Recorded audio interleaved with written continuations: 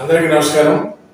ఇటీవల ఆంధ్రప్రదేశ్ ఎన్నికలపై తెలంగాణ మాజీ మంత్రి, తెలంగాణ బీఆర్ఎస్ పార్టీ కార్యనిర్వాహక అధ్యక్షుడైన కేటీ రామారావు గారు మాట్లాడుతూ ఆంధ్రప్రదేశ్లో జరిగిన ఎన్నికలపై అక్కడ ఉన్న వైసీపీ పార్టీ ఎలా ఓడిపోయిందో మాకు అర్థం కావట్లేదు, ఆశ్చర్యంగా ఉంది. ప్రజలకు ఎన్నో మేలు చేశాడు జగన్మోహన్ రెడ్డి గారు, ఎంతో బాగా పరిపాలన చేశాడు.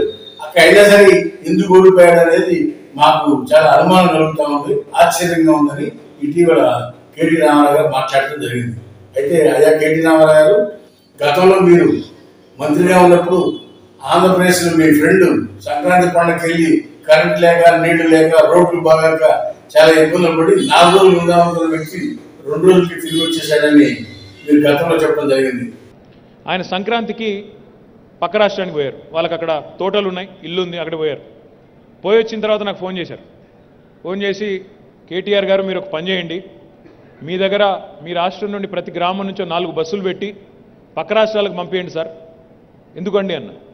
ఏం లేదు సార్, నేను పోయాను 4 రోజులు ఉన్నాను సంక్రాంతికి, మా ఊళ్ళో కరెంటు లేదు, నీళ్లు లేవు, రోడ్లు ధ్వంసం అయిపోయి ఉన్నాయి, అన్యాయంగా అధ్వానంగా ఉంది, మళ్ళీ తిరిగి వచ్చినాకనే నాకు ఊపిరి పీల్చుకున్నట్టుంది. ఇప్పుడు మీరు పని చేయండి, మన వాళ్ళందరినీ అక్కడ పంపండి, అప్పుడు తెలిసి వస్తుంది మన విలువ ఏంటో, మన ప్రభుత్వం చేస్తున్నది ఏంటో అని ఆయన కూడా చెప్పారు. నేను చెప్తున్నది ఏదైనా అతిశయోక్తి అని మీకు అనిపిస్తే, నేను చెప్తున్నది ఏదైనా ఈయన ఏదో కొద్దిగా ఎక్కువ చెప్తున్నాడు, వాళ్ళ గవర్నమెంట్ వాళ్ళకి ఎక్కువ డబ్బా కొట్టుకున్నాడంటే దయచేసి మిమ్మల్ని కూడా కొడతా ఉన్నా, మీరు కూడా ఒక కారు వేసుకొని బయలుదేరండి, పక్క రాష్ట్రాలకు పోయిరండి. మీరు only then will appreciate us more. ఇప్పుడు నేను కొన్ని మాటలంటే కొంతమందికి నచ్చకపోవచ్చు, కానీ వాస్తవాలు.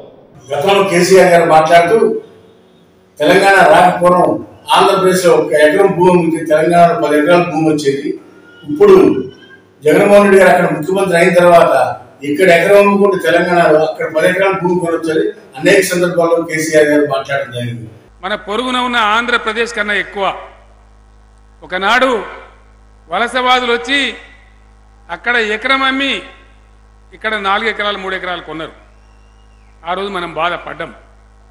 ఇవాళ తెలంగాణలో 1 ఎకరం అమ్మితే వేరే రాష్ట్రాలలో 3 ఎకరాలు 4 ఎకరాలు మన రైతులు కొంటా ఉన్నారు. ఇది మనందరికీ కూడా గర్వకారణం.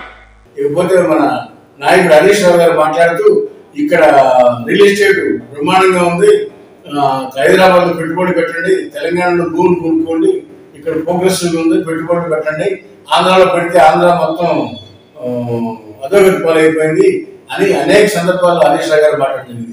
హైదరాబాద్ లో ఇలా ఎంత అభివృద్ధి జరిగింది, ఇలా హైదరాబాద్ లో భూముల ధరలు ఎంత పెరిగినాయి, హైదరాబాద్ చుట్టూ HMDAలో భూముల ధరలు ఎంత పెరిగినాయి. ఇలా ఆ రియల్ ఎస్టేట్ వ్యాపారులు అనుకుంటున్నారట, కేసీఆర్ గిట్ట ఈసారి రాకపోతే మనది కూడా అమరావతి లెక్క అవుతుంది అనుకుంటున్నారట. ఇలా అమరావతిలో ఏమైంది, మొత్తం బిజినెస్ అవుట్. ఇప్పుడు తండ్రి, కొడుకు, మేనల్లుడు ముగ్గురు కూడా అనేక రకాలుగా ఆంధ్రప్రదేశ్ ని డిగ్రేడ్ చేసి మాట్లాడిన సందర్భాలు ఎన్నో ఉన్నాయి.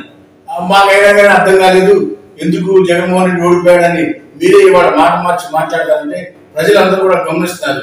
కేటీ రామారావు గారు ఇలా కేటీఆర్ ఒకటి, కేసీఆర్ ఒకటి, హరీష్ రావు ఒకటి మాట్లాడి మాటలనే ఇటు తెలంగాణ ప్రజలు, ఆంధ్ర ప్రజలు కూడా గమనిస్తూ ఉన్నారు. మీరు ఇప్పుడు ఏది మాట్లాడితే అది ఏది పడితే అది మాట్లాడుతూ ఉంటే ప్రజలు అర్థం చేసుకుంటారు. అందుకే అక్కడ తెలంగాణలో మిమ్మల్ని, ఆంధ్రలో జగన్మోహన్ రెడ్డి కూడా ప్రజలిద్దరిని ఓడగొట్ట కారణం ఏంటంటే మీరు ఇష్టానుసారంగా మాట్లాడబట్టి మీ చేష్టలు, మీ చర్యలు, మీ పరిపాలన విధానం అక్కడ ప్రజలకి ఇక్కడ ప్రజలకు నచ్చగా 2 రాష్ట్రాలు కూడా ఓడగొట్టడం కారణాలు ఇదే అని, మీ విధానాలే అని చెప్పి చెప్పగలుగుతారు. హాయ్ ఫ్రెండ్స్, మా ఫ్యూచర్ టుడే ఛానల్ చూస్తున్నందుకు చాలా థ్యాంక్స్. మరిన్ని లేటెస్ట్ వీడియోస్ కోసం వెంటనే సబ్స్క్రైబ్ చేయండి. అలాగే ఈ బెల్ ని కూడా రింగ్ చేసేయండి. మా లేటెస్ట్ వీడియోస్ నోటిఫికేషన్స్ అన్నీ మీ మొబైల్లో వస్తాయి. మా వీడియోస్ మీకు నచ్చితే లైక్ చేయండి, షేర్ చేయండి, నచ్చకపోతే కామెంట్ చేయండి.